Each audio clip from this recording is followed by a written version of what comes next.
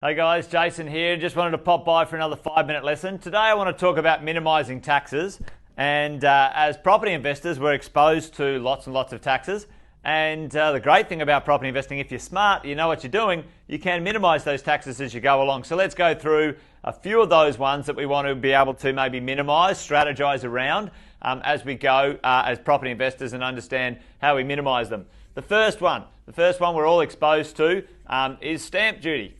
Stamp duty, sadly or unfortunately, is charged on every single property around Australia when you purchase that property. Now, as a first homeowner, as a property investor, as an owner-occupier, those stamp duties are different. So here's some ways to minimise the taxes in stamp duty.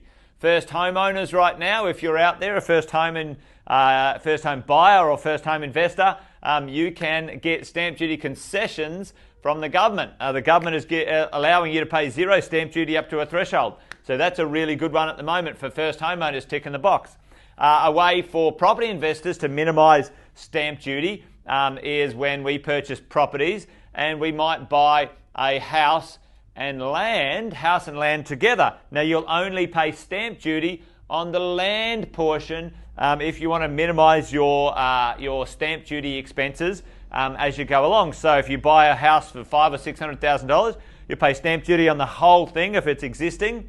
Or if you buy a house and land and you say you pay $300,000 for the house part and $300,000 for the land, you're only going to pay 50% or less, even less, stamp duty on the land portion. So there's a few ways to minimise those stamp duty expenses depending on where you're at and what you want to do. Now, sometimes you can't minimise it, and it's just what it is. Different states have different land stamp duties as well, and so check that out. So some of the more expensive states and some of the less expensive states when it comes to stamp duty. The second one we want to try and minimise is another tax that we're exposed to when we purchase our properties, our investment properties, when we go over a threshold. Land tax. Now, land tax is a state-based tax. Okay, it's a state-based tax. So if you want to minimise land tax, there's a few ways to do that. Number one, make sure you understand the threshold. The threshold. Now there's no there. The threshold for each of the states. So which state are you in? If it's Queensland, if it's New South Wales, if it's Victoria, there's different thresholds. But the threshold applies to you as a person. It also starts again if you have a self-managed super or a company and a trust. And it also is state-based, so you could have a threshold in Queensland and a threshold in New South Wales. So the point of that is, how do we minimise? Well, when we strategise, we might buy it in our name and we might buy one in Queensland and one in New South Wales. If you bought both of them in Queensland, you might be in the land tax threshold. And if you bought one in Queensland and one in New South Wales, you're under both of the land tax thresholds in both states and you don't pay land tax, or you minimise the exposure to land tax as you go along. So understanding it's applied to different entities, and it's also understanding it's applied at different states. Okay, so that's how we can minimise our land tax. Buying 5 properties in one name in one place, you'll be exposed to land tax no matter which state you are in. Okay, so keep that in mind, and it helps with our diversification. Third one we can look at minimising is capital gains tax. The big one, the CGT, that's tax, capital gains tax. How can we minimise capital gains tax? A few ways we can do that, or manage capital gains tax. The perfect way, the way to never pay capital gains tax is to never sell.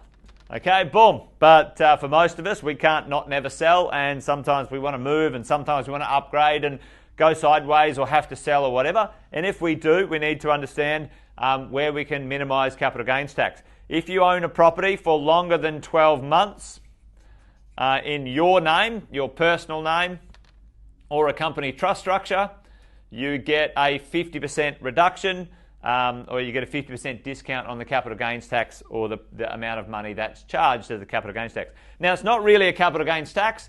It's a percentage that it is based, ultimately you pay on your personal tax rate, but really at the end of the day, if you own something for longer than 12 months, then you get a discount, okay, a capital gains tax portion discount. You only have to pay tax on 50% of the gain, not 100% of the gain. Okay, so remember that. Own it for longer than 12 months. Other things, capital gains tax free. Your principal place of residence, your home, is capital gains tax free, and so that's a good one. If you don't own a home that you've nominated as your principal place of residence, you should always have a property that is nominated or you live in as your principal place of residence, because it's tax free. Makes a lot of sense to me. You can move out of your PPR for 6 years and rent it out, and it's still capital gains tax free. If you need some strategy conversations around that, come and have a chat to us. And minimising capital gains tax, you can minimise capital gains tax using a self-managed super. Often people have in retirement or even in accumulation phase. Self-managed super pays 10% capital gains tax in accumulation and 0% capital gains tax in retirement. And another little capital gains tax minimisation is for business owners, and business owners have a $2 million small business capital gains tax concession, which can include the property that you run your business from. So it's kind of not directly but indirectly a capital gains tax minimisation strategy for business owners if they own properties that they run their businesses from. So minimising these taxes as we go, very, very important. But last but not least, we can minimise our own income tax.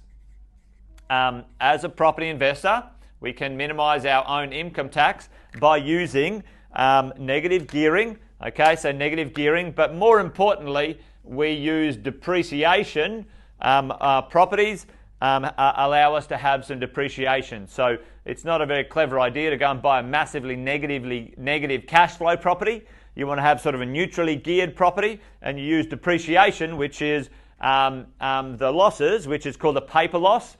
Land goes up in value and buildings go down in value. And so when the building goes down in value, like this whiteboard or this wall at the back here, that's now depreciated in value, and you can offset that loss, that depreciation, against your taxable income, and you can minimise your tax. Many of our property investors are paying very low tax rates when they own 3, 4, 5 investment properties as a property investor. So there's 4 ways, guys, to minimise your taxes. Keep more money in your pocket, because that's the important part. As always, if you want to, leave me some notes in the comments below to tell me what you might want a 5-minute lesson on. And if you want to find out a little bit more, reach out, maybe come for a coaching session or come to one of our nights. Until then, take care. Bye for now.